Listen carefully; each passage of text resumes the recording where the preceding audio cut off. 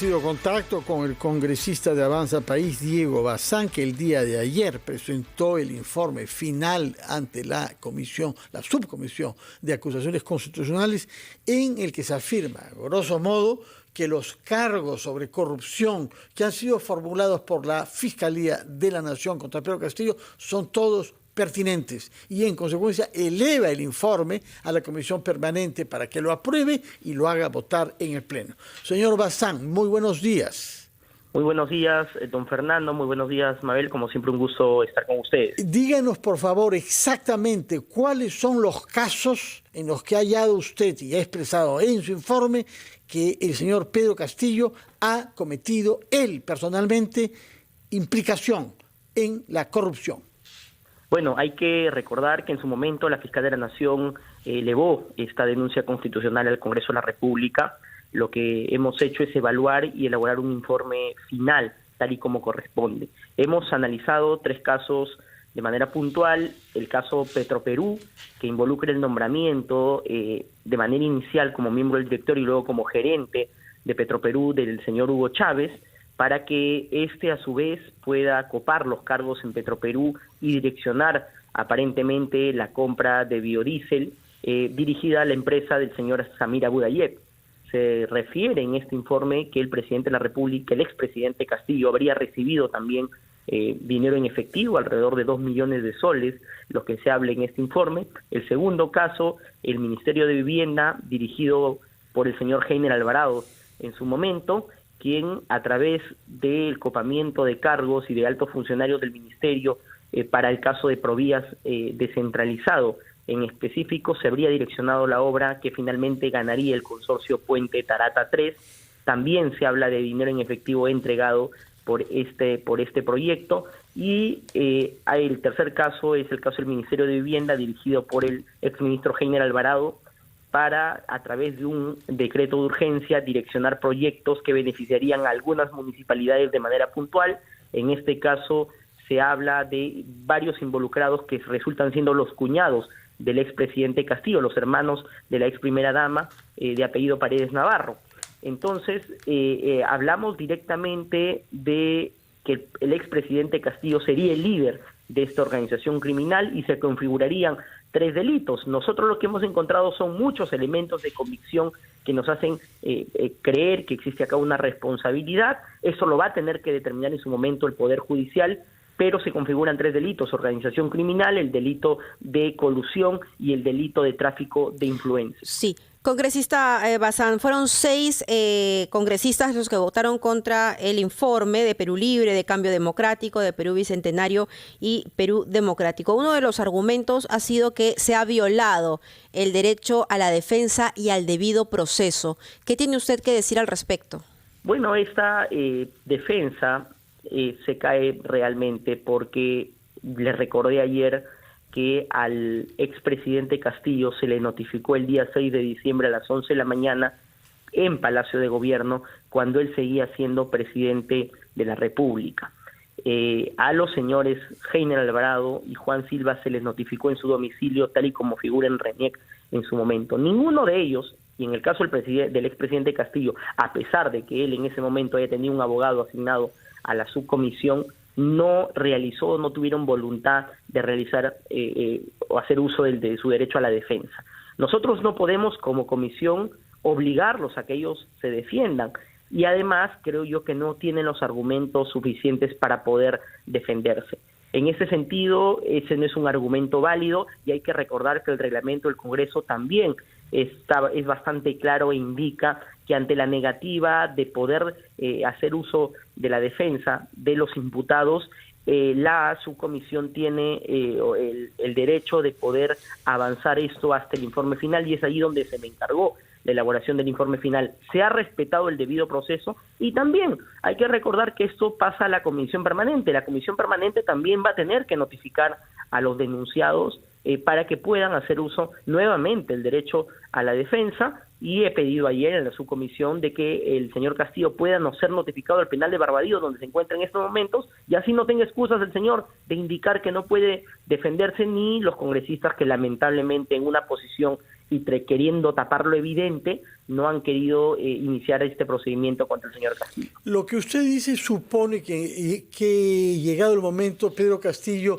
podrá defenderse ante la Comisión Permanente, y esto vía Zoom desde el penal, o eventualmente sesionará la comisión en el penal Barbadillo. Yo considero que podría ser sin ningún problema vía Zoom, no es necesario que vaya la subcomisión al penal Barbadillo, salvo la subcomisión, ¿no? Comisión permanente. Perdón, la comisión permanente. Sí, la comisión permanente.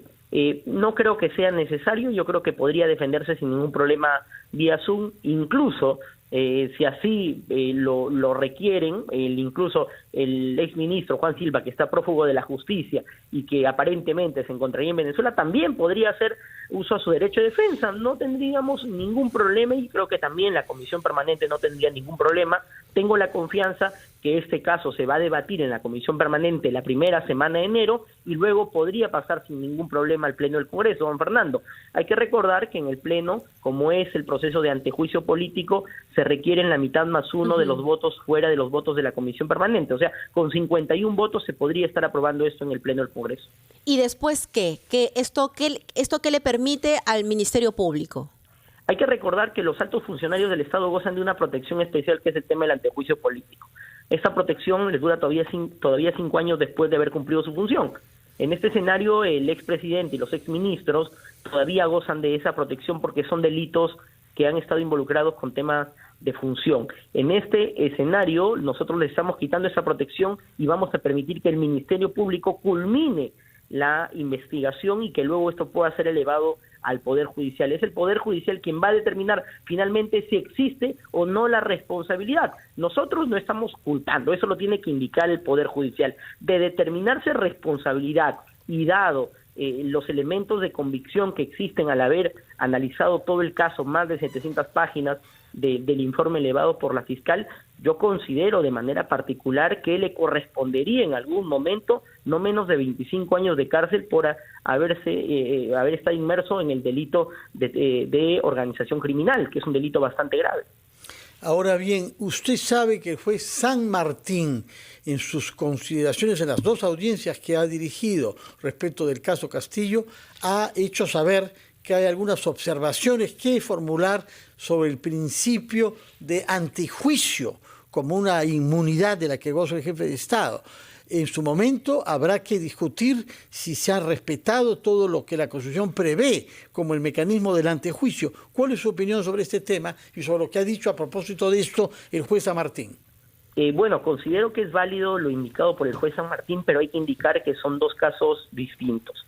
El juez San Martín ha evaluado el caso de antejuicio rápido que se realizó en el Congreso para los casos de rebelión y sedición. Nosotros estamos evaluando los casos de colusión, organización criminal y tráfico de influencias, donde obviamente estamos respetando tiempos, estamos respetando el debido proceso y lo que queremos es que sea un procedimiento totalmente limpio e incuestionable. Yo entiendo las observaciones por temas de tiempo en el caso de rebelión y sedición que evalúa el juez supremo San Martín.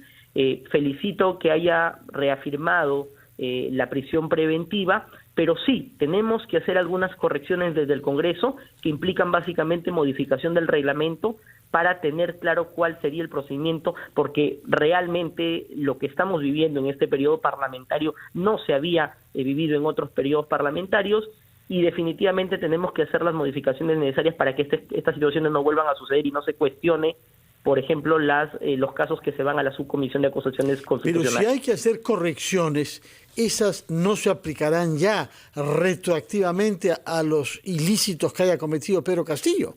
No, definitivamente no. Básicamente las correcciones que tenemos que hacer son en temas de tiempo y tenemos que evaluar quizá porque hay algunos casos que implican hechos muy graves donde se tendrían que reglamentar a través de reglamentar en el Congreso procedimientos más rápidos. Por ejemplo, tenemos el caso que involucran directamente a congresistas que deberían hoy ya estar desaforados, por ejemplo. Entonces, y por casos gravísimos, ¿qué pasa si mañana, ya no tenemos inmunidad para delitos comunes, sino para delitos de función, pero hay delitos gravísimos en los que obviamente tendrían que irse los congresistas de manera rápida? y no podemos esperar 2 o 3 meses que dure un proceso en la subcomisión de acusaciones constitucionales. De acuerdo. Para eso es importante hacer las modificaciones. De acuerdo. Alguien acusado de violación, por ejemplo, no debería estar más en el Congreso de la República. Muchas gracias. Muchas gracias, congresista Diego Bazán, de la bancada de Avanza País. Son las 9 en punto. Escuchamos el gran resumen y continuamos luego con la segunda hora de ampliación de noticias.